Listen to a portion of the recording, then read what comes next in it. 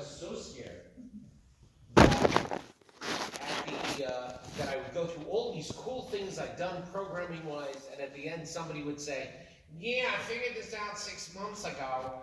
Show me something new. And something wonderful happened that first time that I started. I was talking to the group, and I said something which to me wasn't a joke, but everybody took it as a joke and they laughed, and I was very surprised. So a few attempts at humor later, which had the audience rolling, gave me the confidence that, hey, maybe I can do this thing called public speaking.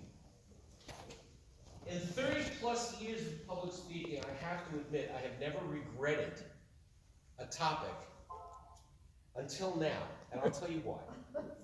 Oops. First of all, my generation, my journey to becoming a cantor. I've been asking myself a journey in life. It's been one day after the next, and it's forced me to go back and look at certain things and review my life. And what was I thinking when I started out in this business when I was 18 years old, 37 years ago? I'm now an old man of 55. Okay? What was I thinking 18 years ago? What was I thinking when I was 5, 6, 7 years old? And how am I thinking today, and how did I get here? But that's only half the reason why I regretted the topic. You see, my father, Olav Shalom, recorded a 2-hour-plus interview, kind of like show a testimony, okay? Excuse me. And I have had that video on my computer for years. The most I've ever been able to get into it was 5 minutes. It was just too painful. Today, I heard the first 45 minutes. And I got into a point where he was talking to the interviewer and praising my brother Ben, my brother Saul, and then me, and hearing him mention my name and the accomplishments he was praising me for almost took me off my chair. But I knew I would have to try to watch all of it. I didn't, because it would focus me on what I was going to share with you tonight. James Pawlowski gave me a quote. And I hope I'm going to do it justice. I believe it goes something like this. If a life is worth living, then the life is worth recording. I don't know whether I have lived a life that is, I'm no Errol Flynn, I haven't rescued the damsel in distress. I put the damsel in distress by marrying my poor suffering wife. She should live and be well. Who, by the way, sends her love to all of you.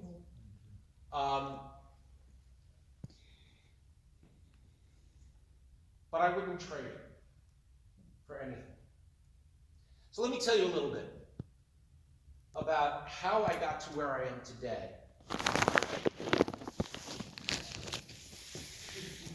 I was born a poor black child. That's a line from The Jerk. Okay?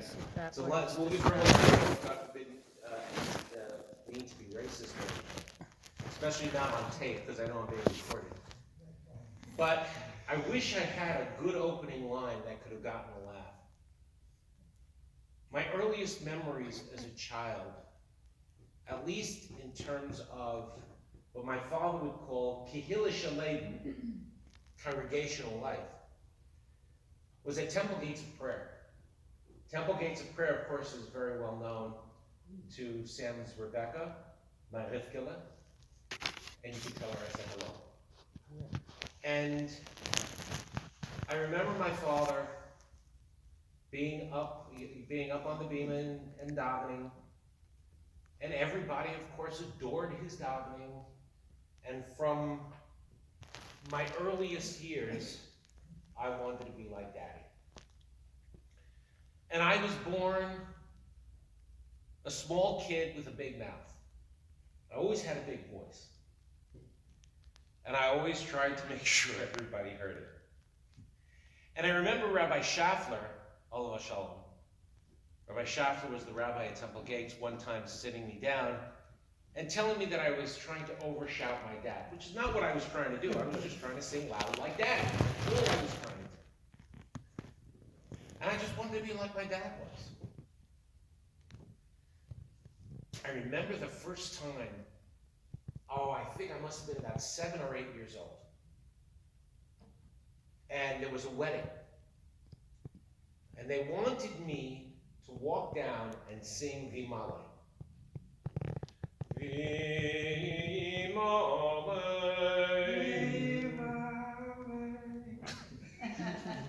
See, my built-in choir. And I remember walking down the aisle, Vimale, Misha, Misha, and I just froze. And of course my dad was there, and he kind of pushed me along. I ran to him first, and he sent me back out, and I finished it, and everybody, of course, laughed. And that was my first attempt at public singing. What I didn't know at the time was that my father had been a wunderkind, a child prodigy. His father, my grandfather, Cantor Bazian, was a chazan. But what I remember very clearly, and I was reminded from the video, he was a baker. He didn't make his living as a chazan. My father, when he came to the United States, was also a baker. And he got a job, his first job as a cantor was in Passaic, New Jersey, where I live. And I heard that on the tape. I had known my dad had said that, and I always thought he had made a mistake, okay? Because he had mentioned the name of a shul, of a synagogue, that I had never heard of. So I called the city historian today, a Jewish guy by the name of Mark Auerbach. I said, Mark, you ever hear of Temple Emmanuel in Passaic? He said, yeah. And he went through the whole history of it. So it turns out my father's first gig was in my hometown today. My father says, he said 2 things that I even remember, that he reminded me that he said it when I was a child. The first thing, my father was always known as der Zugger.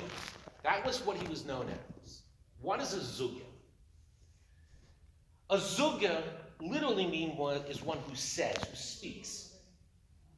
It meant that when he was leading the services, he led the services in such a way that not only did you hear the music, you felt it. And I never really understood what that meant for many years, and I'll tell you when that changed. But on the video, he said that his father was a tremendous zugya, and that his chazonis came from his father, and that his father could make a stone cry.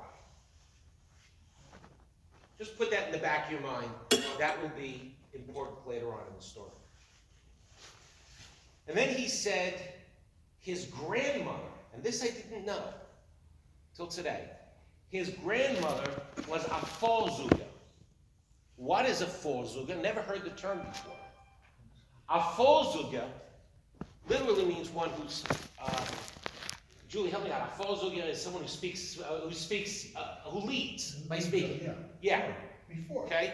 Who leads. So it's like, if I was giving you the Pledge of Allegiance and I'm saying I pledge allegiance and you repeat it, that's a folzuga. That's the kind of idea, right? So my great-grandmother was a folzuga, which was in effect a cantor for the women. Remember, in Europe, they were separated, okay? The men and then like they are in the Orthodox congregations here. So she knew the entire davening by heart better than most men did, probably better than I do.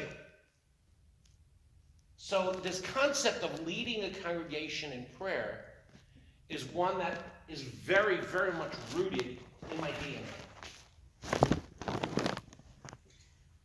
Growing up, I wanted to sing. So my father did, what a lot of people did back then. As a chazan, he had made a lot of friends. He was president of the Jewish Ministers' Cantors Association, the Chazunim Verband. And of course, he knew a gentleman, a rather crotchety guy, a guy with a pump organ who used to terrorize me. And I will say many other bad things about him, but I won't really say what dearly, and that's Morty's dad. Your father was my first choir master. I remember Oscar Julius, alav hashalom, going to his apartment in the city, if I remember correctly. Very funny. In the city, if memory serves, it was either the city or the Bronx, I don't remember where. And he would be teaching me melodies, which, by the way, I use today. That was one of my solos from Oscar Julius. Or how about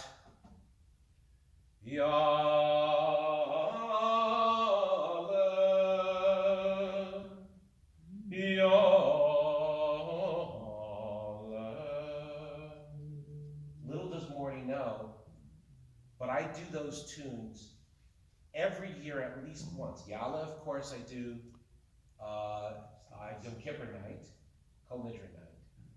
And the Hanashamalach I will typically do at Slichos, and that's my personal homage to Oscar.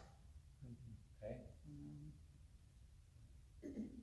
And of course, Morty did me a favor one time, having found the princely sum, a receipt once, or how much he was paying me to be his soloist.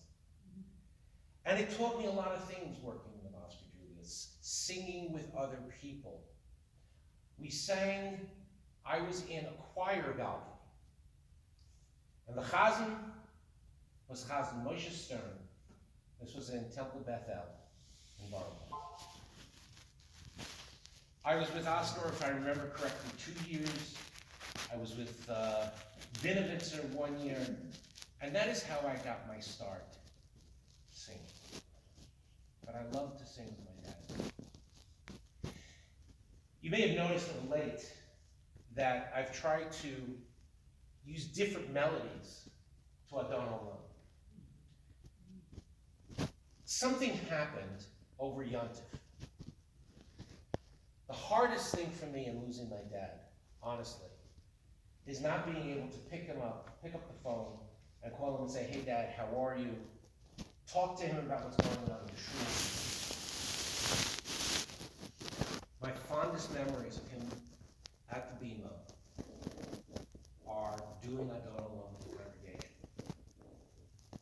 And he always did different Adon Olams. Back then, you could introduce a new melody and the congregation would pick it up. So,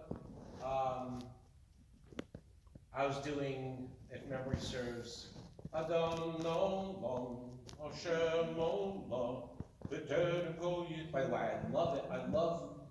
I love call response. So, for example, as I learn, sometimes a Julie or an Al Bernstein will daven and they'll use a melody, and I'll say, ooh, I like that. I like that. And I'll adapt it because I might think that it might fit a little bit better. So I may not do it exactly as they do it, but I'll pick it up. And there's one for Kivodo. Kivodo. I love that. To me, it just sounds so great to me. And my father was huge on congregational singing and so on. There's nothing more beautiful to me than a congregation singing together. To me, it's like the gates of heaven open up to the congregation. That's why I love Hallel. I will admit my favorite service is Hallel.